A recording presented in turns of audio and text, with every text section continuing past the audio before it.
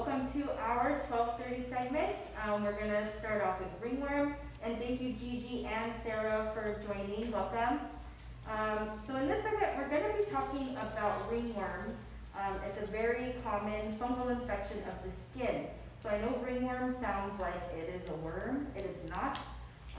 The name can throw people off, but really it's just a very common fungal infection of the skin. Kids get it when they're at school. People get it from the gym. Wrestlers. Kittens get it. Wrestlers. Yeah. It's like athlete's foot. Mm-hmm. Yep. So it sounds a lot scarier than it actually is. So the symptoms of ringworm that we'll notice are patchy areas of hair loss, and they'll be red and flaky. We detect those by using a woods lamp, so it's pretty much like a black light. We will look at it under the woods lamp, and if it fluoresces a bright apple green color, then that will confirm that it is ringworm. And it's really important that people realize that it is not just a black light. A woods lamp actually fluoresces at a different megahertz. So it's a special type of lamp. It's not just a black lamp. The black light is something you can spot urine with, but yes. Oh, thank you, Molly, for 200 stars. All right, so Nikki has done ringworm fostering before. She has her system down of how she sterilizes everything and helps to get these kitties better. Now, even though this isn't a really dangerous thing to have, it's really common. The treatment is extensive, and it is about a 6-week treatment with medicated baths as well as oral treatment. So not a lot of people take it on. It just sounds, it sounds scary when you don't know what it is.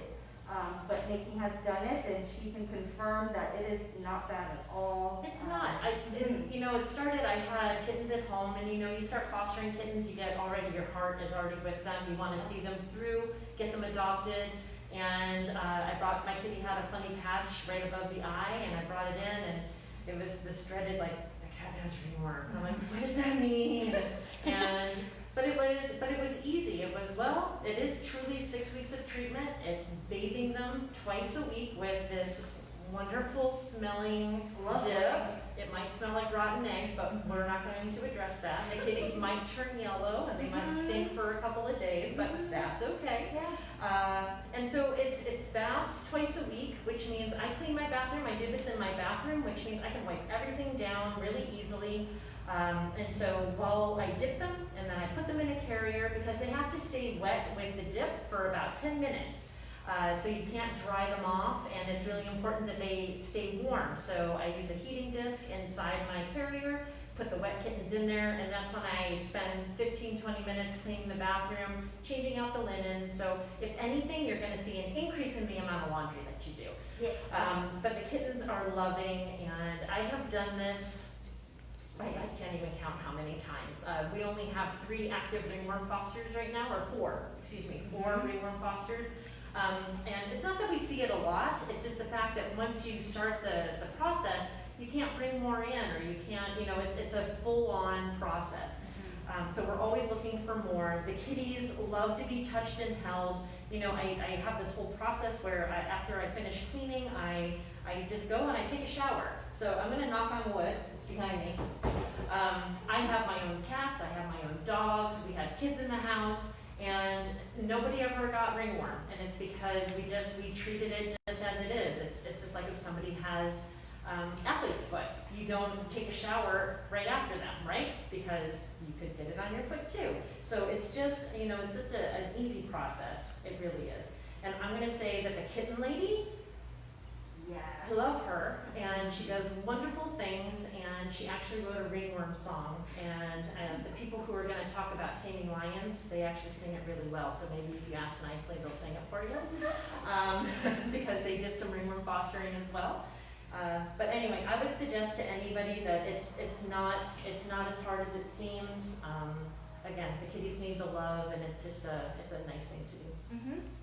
And it's nice for them. They'll surely thank you. Hi Terry, welcome. Thank you for joining. And yeah, once they're done, they are the most appreciative kitties. You've done this huge, extensive treatment for them, and at the end of it, normally they always come back so cuddly, so Yeah. appreciative. They just want love and to be with people, because it's a pretty long treatment, Yeah. and You get to know them really well, and you feel really good about it. I mean, fostering is amazing. I've been fostering for years. I love it. And I should say that Maui Humane Society provides the dip. Even, the towels get really kind of gross. You can throw them out. They supply all the things that you need to do it, the medication. If you wanted a gown, you could. Honestly, when I'm at home, I have this on for here, but when I'm at home, I have, believe it or not, a full set of ringworm clothes. So there's specific socks, shorts, and shirts that I wear when I go into my ringworm room, and they get washed with all of the bleach towels. And it's easy, so I don't wear a gown at home, and that way, actually, they get to feel my hands, they get to feel the touch, everything. And you have to remember that this is truly saving lives. And fostering is always saving lives, but doing this for a ringworm kitten, this kitten doesn't have ringworm, by the way. yes, FYI. disclaimer. Yeah, disclaimer. He could. No, he doesn't. You better not. You better not. No, excellent. Yeah. Sorry. So, I mean, we don't have a whole lot of ringworm fosters. Nikki is one of the very few that we have. So if you would like more information on ringworm, just to ease your mind, and maybe you're thinking about helping us out with that, that would be awesome. There are links below with more information on ringworm, and, it talks about the care and, the difference you truly be making, just helping these guys out with this fungal infection. And check out the Kitten Lady videos. It's literally amazing to watch her, and she does it with teeny tiny kittens. Yeah. I haven't done that. I've done it with adult cats, which is an experience. But usually it's those mush babies, or the ones that are around 6 weeks old that you notice. So anyway, it's fun. All right. After the kitties go through treatment, they're sweeter, and cuddlier than you'll ever know. And I honestly think they know. I think they know that you did something a little different. All right, do you mind helping me with this baby? All right. And Molly, who is my partner in crime and helps me with ringworm fosters, I couldn't do it without her. And she's the one who will tell you that these kittens are sweeter than the kittens that we bring home just for a couple of weeks, because you have like 6 weeks to get to know them and love them, and they're pretty amazing. So thank you, Molly, for all your support, for all the crazy fosters that I All right, you guys are ready? Yeah. And then next we'll be doing the tiny lion taming, and what that means, we'll have our foster Jennifer Taylor coming up, talk about her socialization experience. We will be using the same kitty. This is not a socialization kitty, but we don't have one right now, so he will be one for today. So really with socialization kitties, those are pretty much kitties that are found outdoors. People will find them, bring them in, and these are kitties who are born outdoors. They were never owned by anyone. They have little to no experience with humans, so really they don't know who we are. They don't know that we're trying to help them. So when they come in like that, oftentimes they do not trust us. They can be pissy, spitty, and they're not doing it because they're mean. They do it because they are scared. We are unknown to them. So for those kind of kitties, when they come in at young ages like this, we are able to actually put them out into foster and socialize them. And then we have nice fosters like Jennifer here that will socialize them and get them ready for adoption. So pretty much, pretend this guy's a hissy, spitty guy, and in order to socialize them, we need to be able to touch them, hold them, get them used to that. So if you want to grab that blue blanket there. So the best way to kind of handle a kitty who's literally squatting and hissing and really scared, they really do well with a burrito wrap. It's a spicy burrito wrap. So you wrap them up with a blanket like this, and you hold them, and they may try to squirm and get away from you. And this really helps them to feel secure.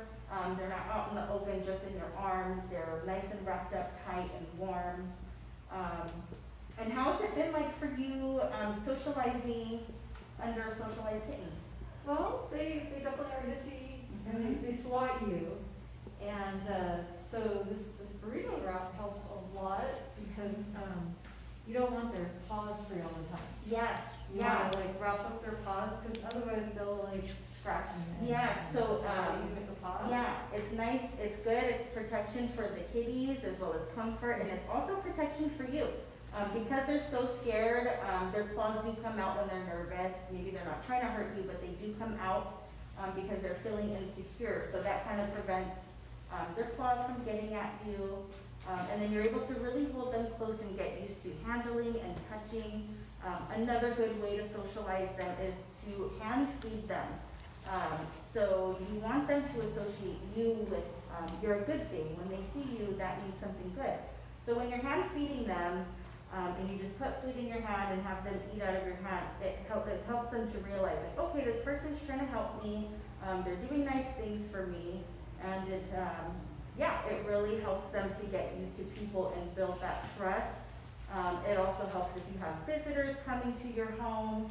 We do see sometimes kitties will get used to one person and no one else, so it's nice to have visitors coming to your home and that they can get to know multiple people and what it means to meet a lot of people. So if you know someone who might like this, go ahead and tag them in the comments. If you know a nice person that appreciates cats and maybe does a lot of trapping or into feral kitties and into socializing, go ahead and tag them in the comments so that they can see. You can go ahead and sign up to be a foster, MauiHumaneSociety.org under Get Involved. We will send you a questionnaire that asks if you would like to foster under socialized kittens. You go ahead and check that box and we will reach out every time these kitties come in when we're looking for a foster. And another thing I want to ask you is, yeah. so the ferals are very much into escaping. Mm-hmm. And so what I noticed is even this burrito, like, you have to be vigilant. Yeah. Because what they'll do is I've had one actually leap out of my hands and like try to hide, and they'll hide because they're not social, so they're afraid. Yeah. So they'll hide, and they're very hard to, they're very hard to get back into. Like I keep them in a playpen. Yes. Because you don't want them just free roaming your home because they're just gonna hide. Right. And they are a little wild, so they're not tame yet. So Yes. I don't let them free roam. Yeah, that is a very good point. And then they'll run outside. Yes, They'll get outside. that is a very good point. When you are fostering under socialized kitties, you want to make sure they're being kept in a pop-up like we had up here earlier. Only take them out to hold them, touch them. When you are done, back in the pop-up they go to prevent any escaping. And like she had mentioned, you don't want them to free roam because they will find a hiding spot, and since they are terrified, they will not come out. So just make sure you're being vigilant. Yes, and then with feral kitties, while we're on this subject, a lot of you might have seen cats outside with the ear tips. That means they are spayed and neutered and they are community cats. We will also microchip them. See, and this kitty has a microchip, so that just goes to show that someone is feeding them, they are being controlled in that area, and they are fixed so they cannot create any more under-socialized kittens.